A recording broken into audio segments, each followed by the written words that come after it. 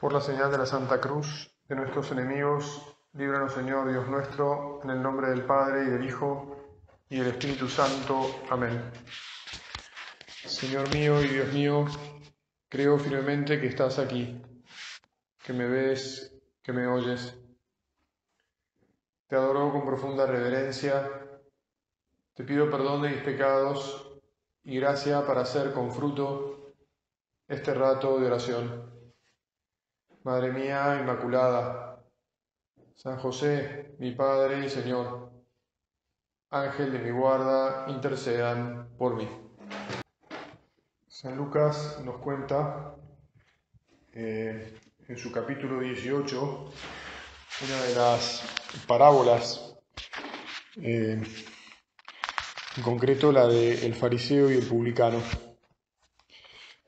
Y dice así: refiriéndose a algunos que se tenían por justos y despreciaban a los demás, dijo también esta parábola.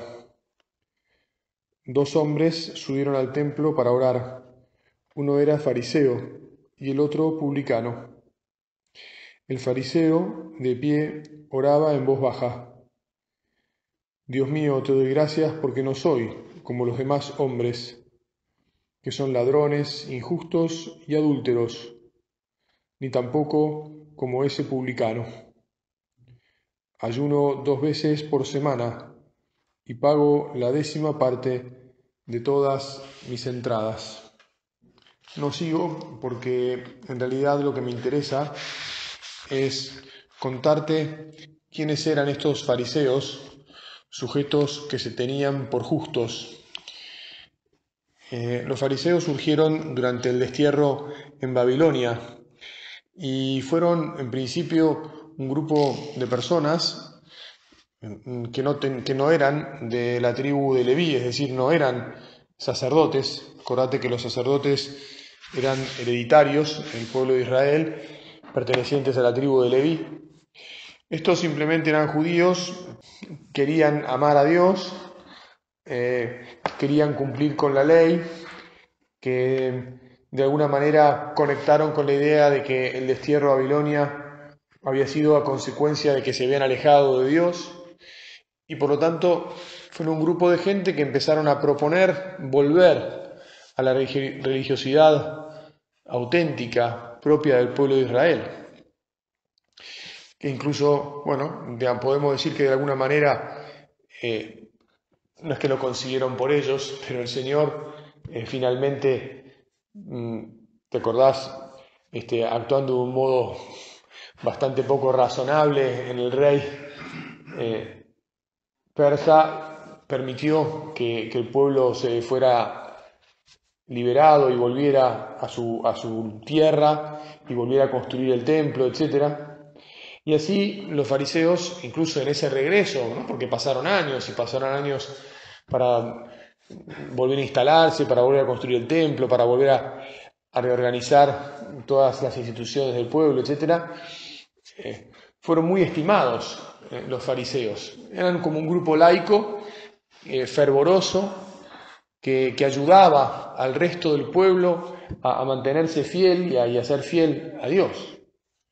Así fue como empezaron, ¿verdad? Sin embargo, como vos y yo sabemos, Jesús, te pedimos que nos des luces a raíz de todo esto. Con el tiempo se fueron como desvirtuando. Porque claro, los hombres cuando ganamos un espacio de cierta preeminencia, donde nos empiezan a admirar y eso nos da poder sobre los demás, tenemos el peligro de que se desvirtúe nuestra buena voluntad, ¿verdad? De que se distorsione el interés original que teníamos. Bueno, esto es lo que le pasó a aquellos hombres. Y entonces de a poco se fueron convirtiendo los intérpretes de la ley, algo que en su momento le había correspondido a los sacerdotes, pero después los sacerdotes lo descuidaron, dejaron de estudiar la ley, y entonces ya no la conocían. En cambio, los fariseos se habían con buen sentido, se habían enamorado de la Sagrada Escritura, de los libros sagrados. Pero llegó un momento en que empezaron como a monopolizarlos, digamos así. Empezaron a ser los intérpretes oficiales de esos libros. Y entonces ya las cosas pasaban más por lo que ellos decían que por lo que los libros realmente decían. Incluso porque no todo el mundo era capaz de leer los libros, aunque el pueblo de Israel era un pueblo bastante letrado, digamos así, que instruía mucho a su gente, pero bueno, ellos eran los intérpretes, ¿verdad? Y entonces esas interpretaciones fueron creando prescripciones que para ser un buen israelita había que cumplir, y el pueblo empezó a creer que si se hacía como ellos decían, entonces serían buenos seguidores de Dios, y si no se hacía de esa manera, pues no estaban siendo fieles a Dios. Como sabés, Jesús les dice después que imponían pesadas cargas que ni ellos mismos cumplían, ¿verdad? Mandatos y mandatos que hacían la vida muy insoportable, montones de prescripciones y de leyes y de lo que se podía y no se podía hacer en sábado y esto y lo otro. Y efectivamente ellos mismos terminaron por creérsela. No solo al principio los demás los tenían por justos, por alguien a quien admirar, sino que después ya ellos mismos se la creyeron, ¿verdad? La creyeron. Y en definitiva cayeron en cierta deshonestidad, dejaron de ser sinceros y se convirtieron orgullosos. Jesús los acusa de ese orgullo, un orgullo que defendían porque también, insisto, Señor, que nosotros veamos después de todo esto cuáles son los peligros en los que queremos evitar, ¿no? En los que nunca querríamos caer. Tenían un montón de beneficios para ellos.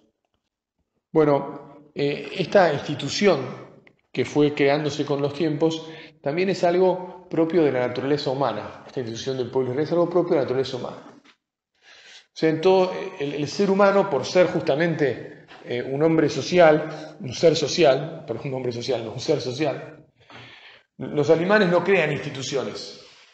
En cambio, la vida de los hombres, en general, termina forjando instituciones. Surgen las instituciones entre los hombres.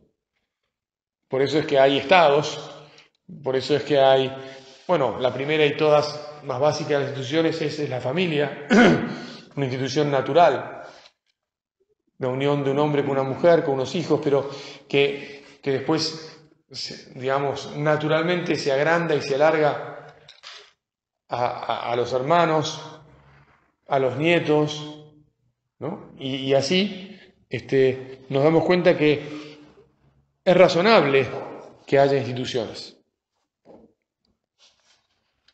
Bueno, vos te estarás preguntando, ¿y por qué todo esto? Bueno, porque esta mañana hablamos de la obra como nuestra familia. Antes habíamos hablado de la vocación a la obra, como un llamado de Dios a cada uno de nosotros. Después hemos hablado de alguna manera de los peligros, porque hablamos de la vida de piedad sin hablar de ella, ¿verdad? La conocemos en la charla. En la charla se volvió a procurar transmitir, ¿verdad? Bueno, yo no la entendí, pero supongo, imagino por dónde fue, cómo tenemos que esmerarnos por efectivamente priorizar a Dios en nuestra vida, que es priorizarla en toda nuestra existencia, no solo en unos momentos como ahora que estamos haciendo el retiro. Muy bien, y entonces yo ahora quería plantearte de alguna manera que esta realidad de que la obra es también una institución, bueno, tenemos que saber entenderla bien. Te pedimos, Jesús, que nos ayudes a captar qué es lo importante del hecho de que la obra sea una institución. y cómo nosotros que somos parte de la institución tenemos que enfocarnos en lo importante, defender y cuidar lo importante y no, digamos así, centrarnos en las cosas no importantes, que podrían llevarnos hacia un cierto fariseísmo, hacia una cierta institucionalización que en vez de acercarnos a Dios, termine alejándonos de Él. Porque en la parábola que te acabo de leer, evidentemente lo que Jesús quiere mostrar es que el fariseo, cuya oración escuchamos, te doy gracias porque no soy como los demás hombres, ¿no? Ese fariseo está muy lejos de Dios. En teoría y en apariencia parece cerca de Dios, pero la realidad es que todo su fariseísmo, todo ese pertenecer a esa casta social tan teóricamente fervorosa y tan cuidadosa de la ley y de los prescriptos divinos, en realidad es un bluff, un gran show off. Y en cambio el otro, que era tenido por publicano, es decir, por pecador, por un hombre alejado justamente de Dios, ahora sí podemos leer lo que dice sobre el publicano Jesús. El publicano, manteniéndose a distancia, no se animaba siquiera a levantar los ojos al cielo, sino que se golpeaba el pecho diciendo: Dios mío, ten piedad de mí, que soy un pecador. Y Jesús comenta: les aseguro que este último volvió a su casa justificado, pero no el primero.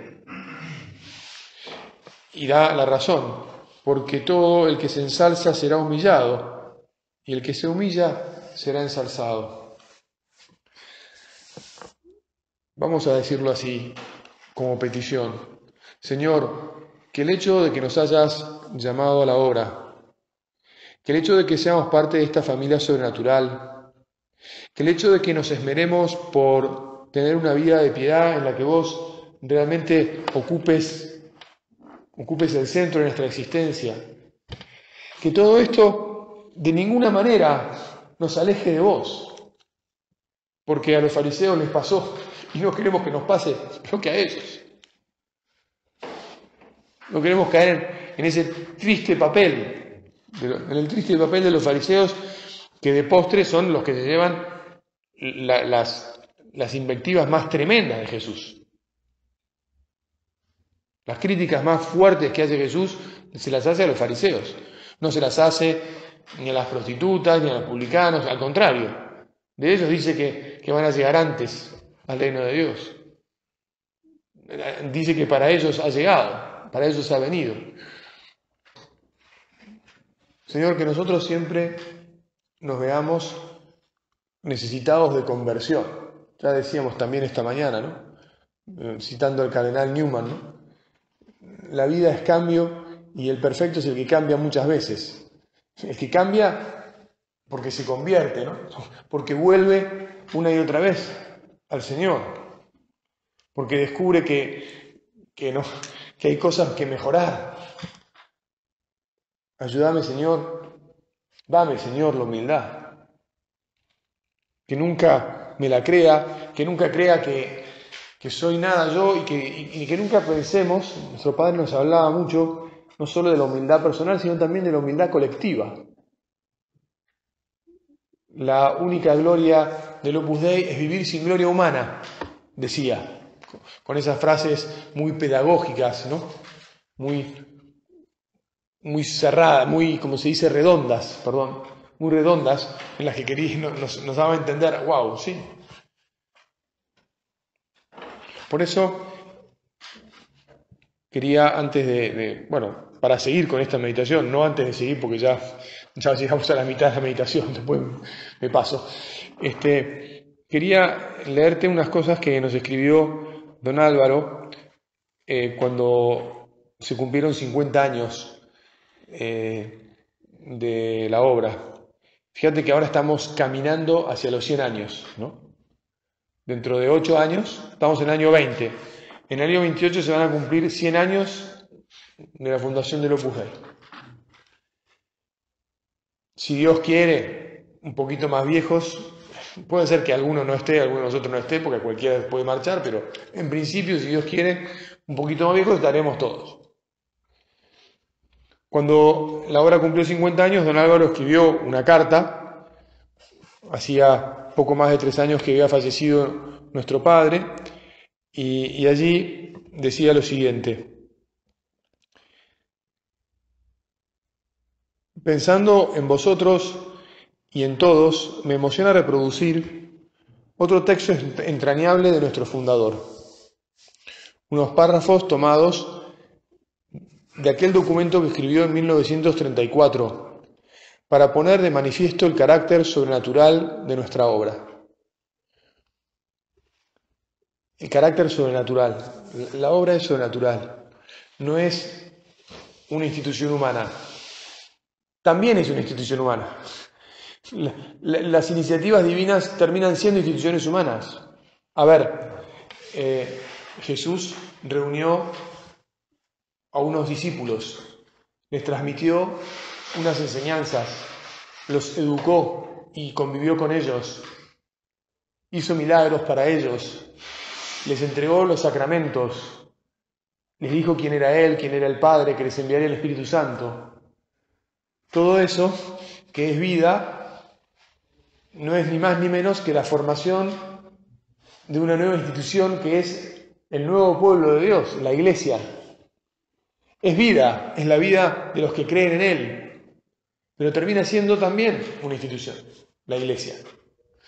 Bueno, nuestro Padre, siguiendo lo que Dios le puso en el corazón, ese regalo, ¿te acordás? Decíamos esta mañana, ese don, ese carisma, pues reunió en torno a suyo a algunos hombres que lo fueron siguiendo, que escucharon su predicación, etcétera, etcétera. Mañana, si Dios quiere, hablaremos de esas cosas.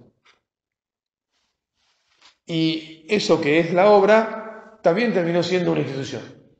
Por eso, te insisto, ahora vamos a hablar lo que decía nuestro Padre, pero enfoquémonos en lo esencial. Querría, afirmaba nuestro Padre, grabar a fuego en vuestras almas estas 3 consideraciones.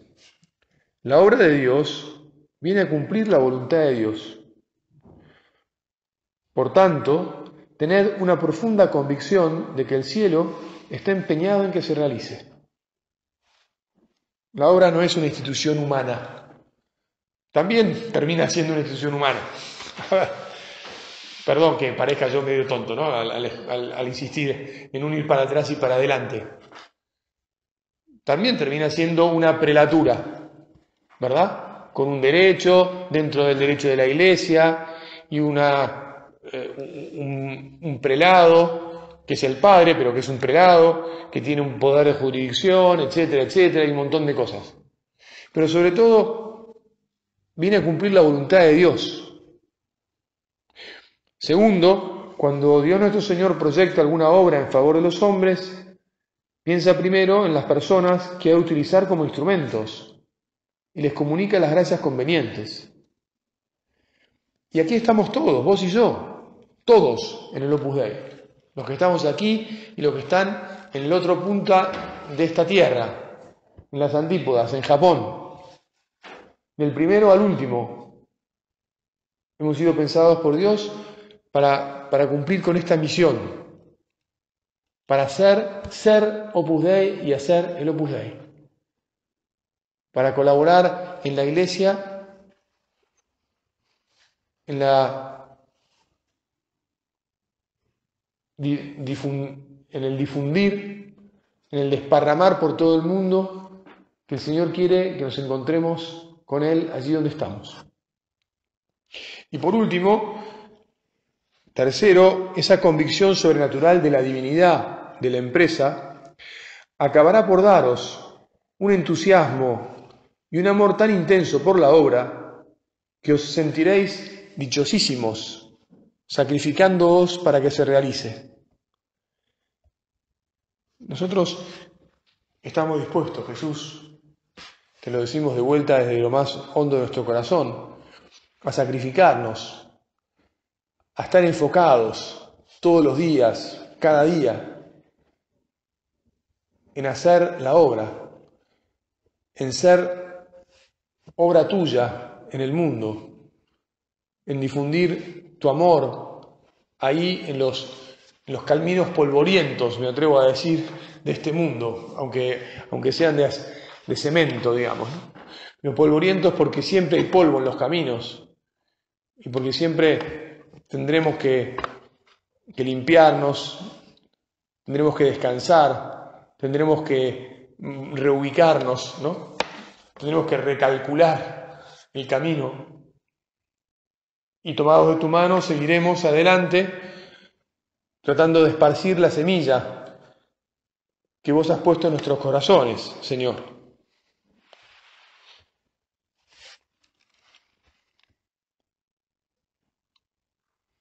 Lo que importa es el mensaje. Lo clave es eso que nosotros recibimos en el corazón, eso que se encendió en nuestro corazón y dijimos, pucha, yo lo que quiero es eso. Qué bueno que está eso, ¿verdad? Qué bueno está saber que Dios me espera ahí. Si soy médico, pues escuchando los síntomas del paciente y calculando en mi cabeza qué es lo que le puede estar pasando y qué es lo que, de todo lo aprendido, qué es lo que le tengo que decir. Si soy agricultor, pues cambiándome con la ropa adecuada para ir a ensuciarme entre medio de la tierra, manejando las máquinas, removiendo los suyos y tirando los productos adecuados para que preparar la tierra y regando y etcétera. Bueno, y si soy, no voy ahora a seguir describiendo posibilidades, ¿no? Cada uno sabe la suya y cada uno sabe que digo, que eso me entusiasmó, que ahí me estaba esperando Dios y no solo me esperaba ahí, sino esperaba que yo también hablara de Él. Ese es el mensaje esencial, eso es lo importante. Es importante saber que necesitamos alimentarnos, que necesitamos que nos ayuden, digamos así. Bueno, que necesitamos cuidar la máquina. Para que la máquina funcione, tiene que ser cuidada.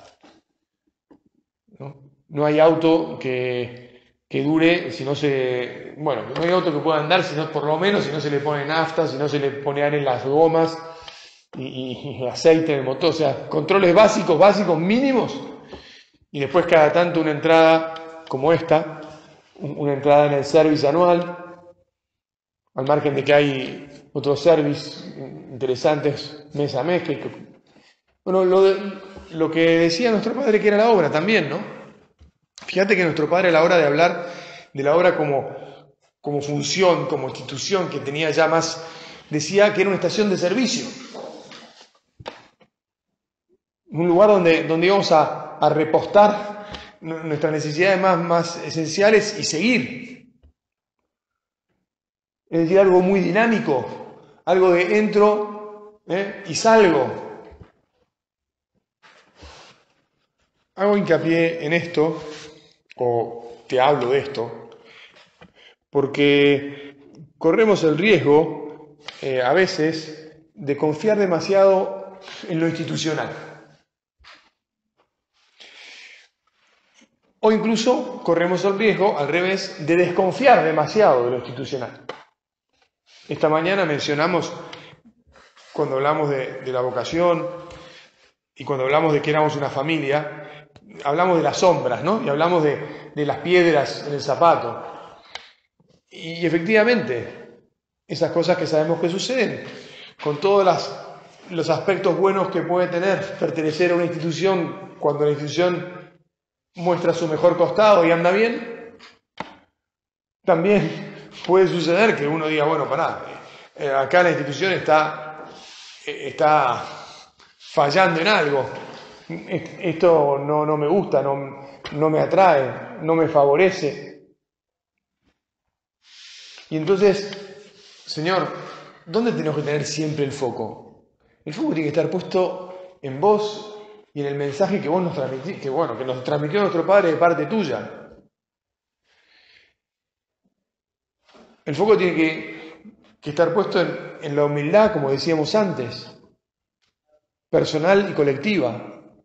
Por lo tanto, cuando aparecen sombras, el foco estará puesto en ayudar a que se corrijan, no en desalentarse, que a todos nos puede pasar, Señor, que nunca me desaliente por ver alguna cosa que no está bien. Son muchos los cristianos que te dicen, no, padre, yo no voy a la iglesia porque en el primer banco de la iglesia de mi pueblo está fulano, mengano y sultano, que yo sé muy bien cómo funciona. Entonces, ¿para qué voy a ir a ese lugar donde me encuentro con esos, digamos, ¿no? Son los problemas institucionales de la iglesia que determinadas personas no consiguen superar, digamos así. Y por enfocarse en las sombras se olvidan de Dios y se apartan, y no es que sean mala gente, pero se trancan, funcionan mal, y no ayudan a corregir, no ayudan a que se convierta. Bueno, viste que hoy en el almuerzo, me parece que fue en el almuerzo, nuestro padre, claro, estábamos leyendo el viaje de nuestro padre a Argentina, ¿no? Y nuestro padre habló en lo que nos contaron de la tertulia que tuvo, que los pecados eran personales, no eran sociales, ¿te acordás? Bueno, los pecados además después terminan siendo siempre personales, porque la institución en sí misma no peca. Pero algunas personas determinadas de la institución, que puedo ser yo, voy a ponerme ahora en primer lugar, ¿no? Como el burro delante, pero en este caso corresponde, mis pecados o los pecados tuyos pueden ser escándalo para otros. Entonces no podemos ir a chocar contra los pecados de alguno, ¿no? Señor, líbrame de ser escándalo para mis hermanos. Si sucede, que sucederá, que nadie es libre de pecado, digamos, pues entonces a arrepentirnos, pues entonces a ayudar a esa persona a que lo reconozca y que se arrepienta y que mejore, a poner los medios, que a veces por ahí es difícil, a veces por ahí es difícil. Pero somos responsables. Todos tenemos el compromiso en la hora, cuando hacemos la fidelidad de hacer la corrección fraterna, incluso a los directores, sobre todo, hacemos el compromiso especial de hacérsela a los directores, es decir, a los que son cara visible de la institución.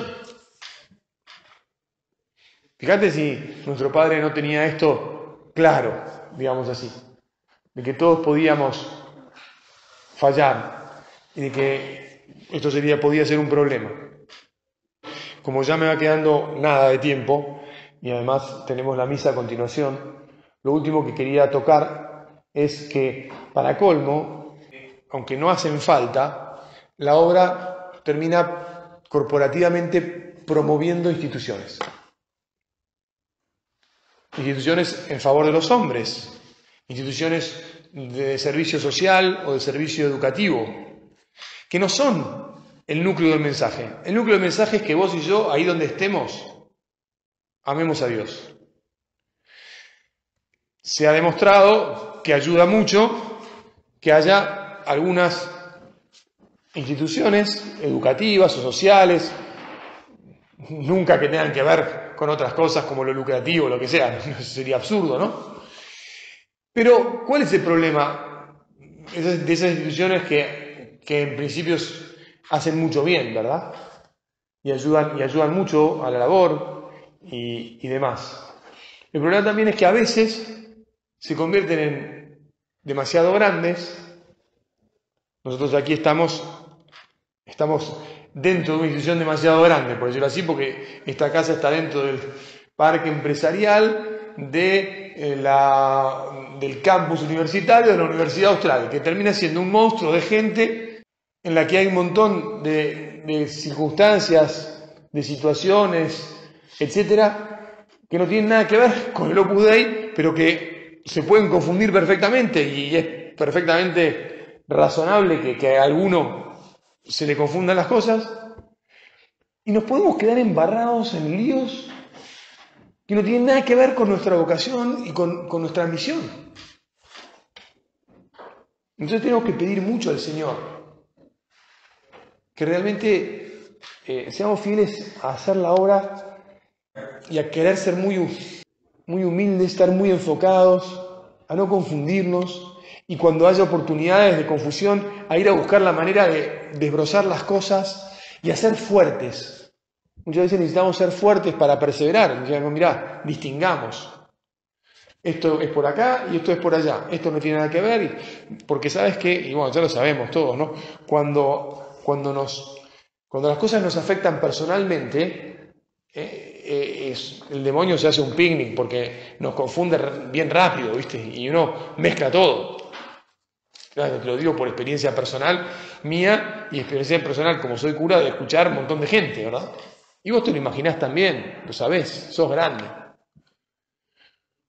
Bueno, entonces ya me volvió a pasar, le pedimos al Señor que nos ayude a querer la obra, nos ayude a entender la obra, nos ayude a hacernos cargo de la obra. Esta anoche te dije que la idea del retiro era conocer, entender la obra, quererla con sus luces y sombras y hacernos cargo. Pidámosle a la Virgen, Reina del Opus Dei, una vez más, que nos dé la valentía de amar a Jesús como Él quiere y que nos ayude a actuar con la fidelidad al Espíritu que nuestro Padre nos dejó, con total empeño, que nos la juguemos por Él. Te doy gracias, Dios mío, por los buenos propósitos, afectos e inspiraciones que me has comunicado en esta meditación. Te pido ayuda para ponerlos por obra. Madre mía Inmaculada, San José mi Padre y Señor, Ángel de mi guarda, intercedan por mí.